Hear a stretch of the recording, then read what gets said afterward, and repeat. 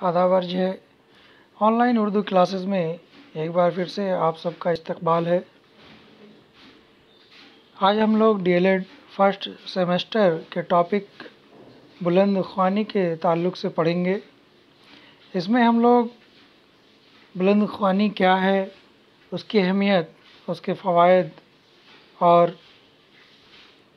اس کی قسمیں کے بارے میں پڑھیں گے۔ آئیے دیکھتے ہیں۔ سب سے پہلے بلند خوانی کا مطلب کہ بلند خوانی ہے کیا۔ تو جب ہم بولتے ہیں تو ایک خاص قسم کی بات الفاظ کے اتار چڑھاؤ اور تلفظ کے ساتھ بولتے ہیں، اور جب کسی لکھی گئی بات کو خود پڑھتے ہیں یا دوسروں کو سناتے ہیں تو اس کو صحیح تلفظ سے پڑھنے کی کوشش کرتے ہیں۔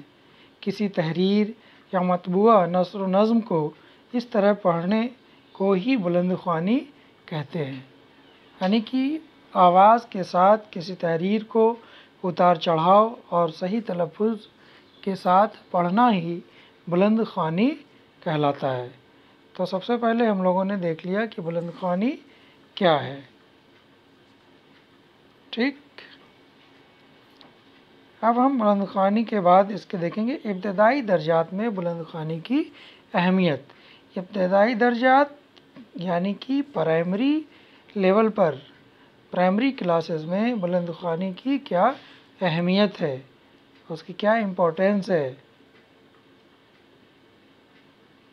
ٹھیک ہے، تو آئیے دیکھتے ہیں آگے۔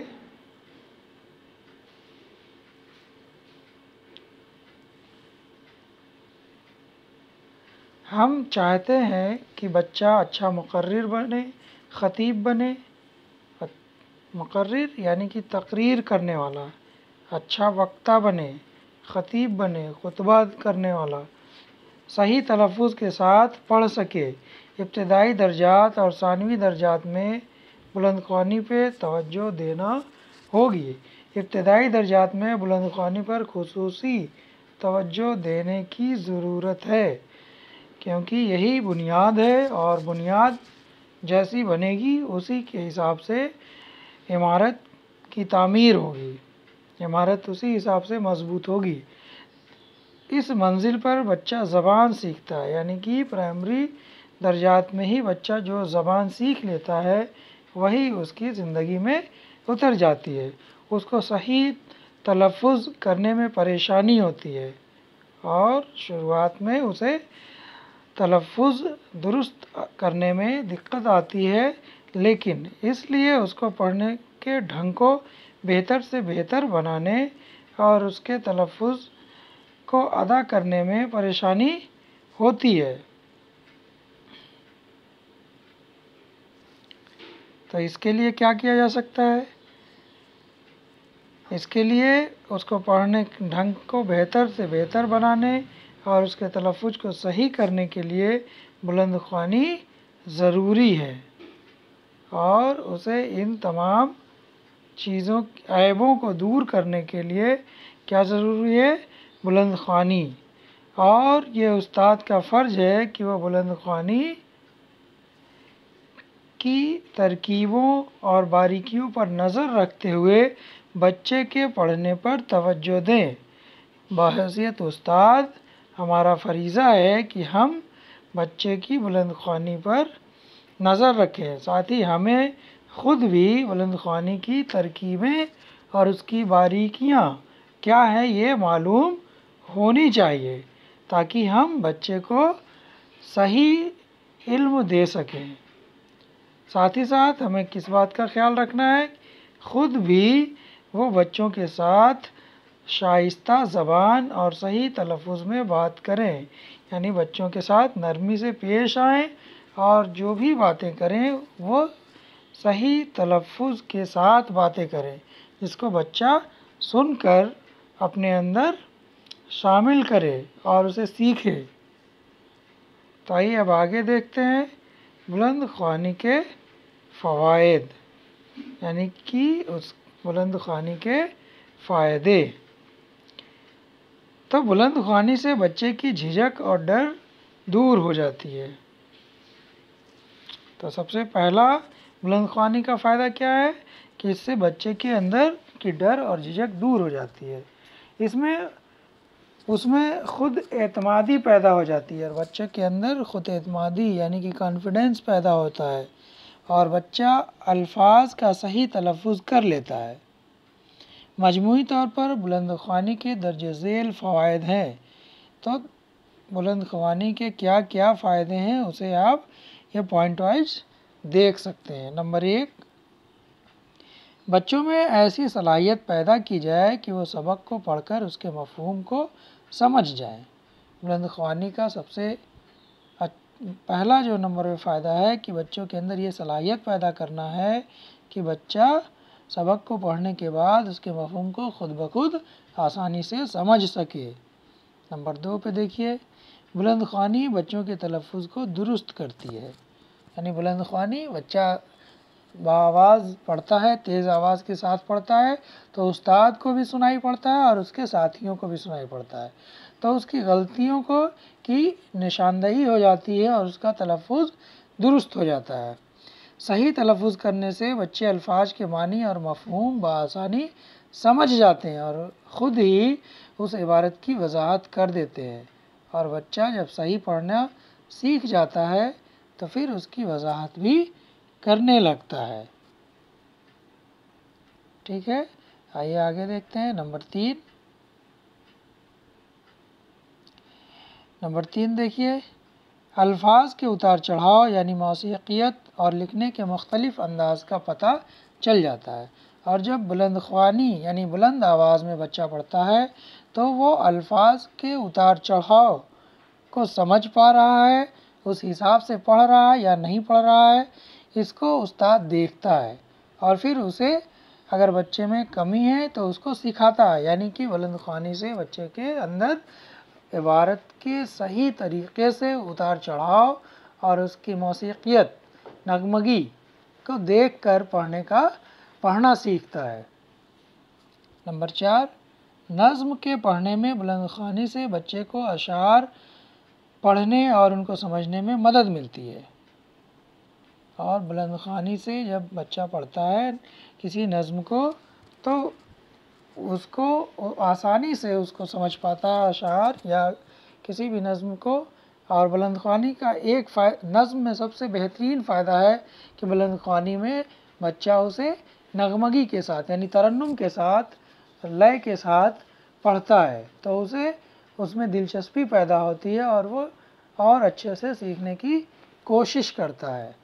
نمبر 5 دیکھ لیجئے، بلند خوانی سے بچے میں ایسی صلاحیت پیدا کی جا سکتی ہے کہ بچے کی بات کو دوسرے بھی آسانی سے سمجھ سکیں، اور بلند خوانی سے بچے میں ایسی صلاحیت پیدا کی جا سکتی ہے کہ بچے کی بات کو دوسرے بھی آسانی سے سمجھ سکیں، یعنی کہ بچے کو بات کرنے کا طریقہ سکھایا جا سکتا ہے، اور بچے کی جب بات کرنے کا طریقہ سیکھ لے گا تو اس کی بات دوسرے بھی آسانی سے سمجھ لیں گے۔ تو آئیے اب دیکھتے ہیں کہ بلند خوانی کی قسمیں کیا ہیں۔ تو یہاں دیکھیے آپ کہ بلند خوانی کی 2 قسم ہوتی ہے۔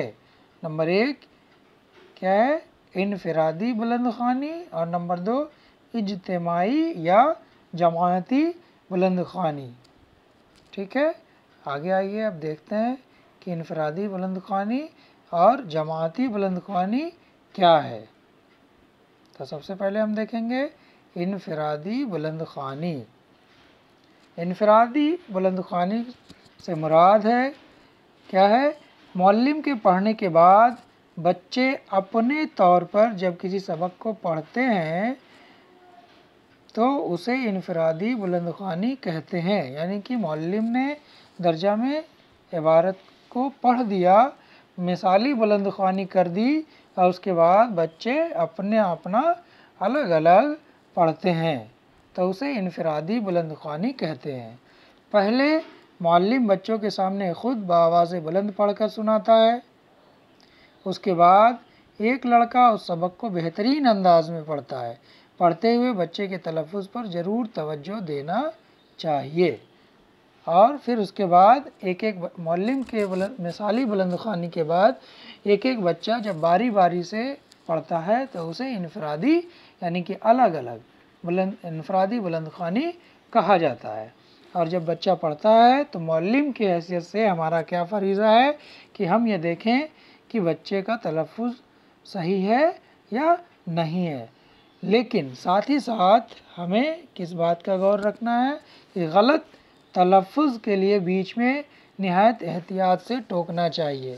بہتر کیا ہے کہ بچہ جب پڑھ چکے تب اس کی غلطیوں کو سدھارنا چاہیے، یعنی کہ بچے کو بیچ میں ٹوکنا بہتر نہیں ہے۔ اس لیے اگر ہمیں بچے کی کہیں غلطی نظر آتی ہے تو ہم اسے بیچ بیچ میں نہ روکیں، بلکہ اس کی پوری بلند خوانی کو بغور سنیں اور اس کی غلطیوں کو نوٹ کریں، اور بچہ جب پورا پڑھ لے پھر اس کے بعد اس کی غلطیوں کی نشاندہی کی جائے، جس سے بچے کو بھی برا نہ لگے اور اپنے آپ میں کی غلطیوں کو سدھار سکے اور وہ اور بہتر کرنے کی کوشش کرے گا۔ لیکن اگر ہم بار بار بچے کو بیچ میں ٹوکیں گے تو پھر وہ آگے سے کھڑا ہو کر پڑھنے کی ہمت نہیں کرے گا اور پھر اس کی تعلیمی ترقی جو ہے رک جائے گی۔ انفرادی بلند خوانی کے بعد اب آئیے ہم لوگ دیکھتے ہیں اجتماعی یا جماعتی بلند خوانی کیا ہے۔ اجتماعی بلند خوانی یا جماعتی بلند خوانی، جماعت سے مراد گروہ یعنی کہ ایک سے زیادہ لوگ۔ چھوٹی جماعتوں میں جماعتی بلند خوانی بہت ہی مفید ہے، تو یہاں جماعت سے مراد درجہ بھی لیا جاتا ہے اور جماعت سے مراد کچھ لوگوں کا ایک گروہ، ٹھیک ہے۔ تو یہ چھوٹی جماعتوں میں جماعتی بلند خوانی نہایت مفید ہوتی ہے۔ چھوٹی جماعت یعنی کہ جس میں کم لوگ ہوں، کم سے کم بچے شامل ہوں۔ جماعتی بلند خوانی میں ایک سے زیادہ طالب علم ایک ساتھ پڑھتے ہیں۔ انفرادی میں کیا تھا کہ ایک بچہ اکیلا پڑھتا تھا، جماعتی بلند خوانی میں کیا ہے کہ ایک سے زیادہ بچے ایک ساتھ پڑھتے ہیں۔ اس کا سب سے بڑا فائدہ یہ ہے کہ جو بچے پڑھنے میں شرماتے ہیں یا جھجکتے ہیں ان کی جھجک دور ہو جاتی ہے، اور جب کئی بچے ایک ساتھ پڑھتے ہیں تو جس بچے کے اندر جھجک یا شرم ہوتی ہے وہ بھی ان کے ساتھ پڑھنے لگ جاتے ہیں، تو اس سے ان کے اندر کی جھجک دور ہو جاتی ہے۔ جماعتی بلند خوانی کے وقت معلم کو درج ذیل باتوں کا دھیان رکھنا چاہیے، اور جب جماعتی بلند خوانی ہو رہی ہو تب ہمیں یعنی کہ ہم استاد کو کس بات کا خیال رکھنا چاہیے کہ بچوں کے تلفظ پر خاص توجہ دی جائے، ان کے تلفظ پر دھیان رکھا جائے۔ نمبر 2، جماعتی بلند خوانی چھوٹی جماعتوں میں زیادہ فائدہ مند ہے۔ پہلے ہی بتا دیا، چھوٹی جماعت یعنی کہ بچوں کی تعداد 5، 6 یا میکسیمم 7، 8 یا 10 تک ہو۔ اس سے زیادہ اگر بچے ایک ساتھ پڑھیں گے تو پھر وہ آپس میں خلط ملط ہو جائے گا، ہوچ پوچ ہو جائے گا اور کچھ بھی سمجھ میں نہیں آئے گا، ٹھیک ہے۔ تو دیکھیے یہاں جماعتی بلند خوانی چھوٹی جماعتوں میں زیادہ فائدہ مند ہے۔ نمبر 3 پہ کیا لکھ رہا ہے، 30-40 بچوں سے ایک ساتھ نہ پڑھوا کر 4-4، 5-5 بچوں کو ایک ساتھ پڑھوانا چاہیے، یعنی کہ جماعت کو چھوٹی کر دینا چاہیے۔ جماعتی بلند خوانی نظم میں بہت ہی سود مند ہے، یعنی نظم کی تدریس میں جماعتی بلند خوانی بہت ہی سود مند ہے، یعنی کہ کئی بچے ایک ساتھ نظم کو ترنم کے ساتھ جب پڑھتے ہیں اور نغمگی اس کی آتی ہے تو بچے اس سے پورا لطف اندوز ہوتے ہیں اور سیکھنے کی کوشش کرتے ہیں، لیکن اس میں الفاظ کے اتار چڑھاؤ، رزم اور جذبات کا ضرور خیال رکھنا چاہیے۔ لیکن جب بچہ پڑھ رہا ہو تو الفاظ کا اتار چڑھاؤ، اس کے زیر و بم اور رزم کا ہمیں پورا خیال رکھنا چاہیے، بلکہ ضرورت پڑنے پر استاد مثالی بلند خوانی یعنی نظم کو لے کے ساتھ یا ترنم کے ساتھ پڑھ کر اسے سنا سکتا ہے کہ بچوں ایسے نہیں، ایسے اسے پڑھا جائے۔ تو ٹھیک ہے، آپ لوگوں نے دیکھا کہ بلند خوانی کیا ہے، اس کی اہمیت کیا ہے، اس کے فائدے کیا ہیں، اس کی قسمیں کیا ہیں۔ تو یہ رہی آج کا ٹاپک، یہیں پہ ختم ہوتا ہے. Okay bye.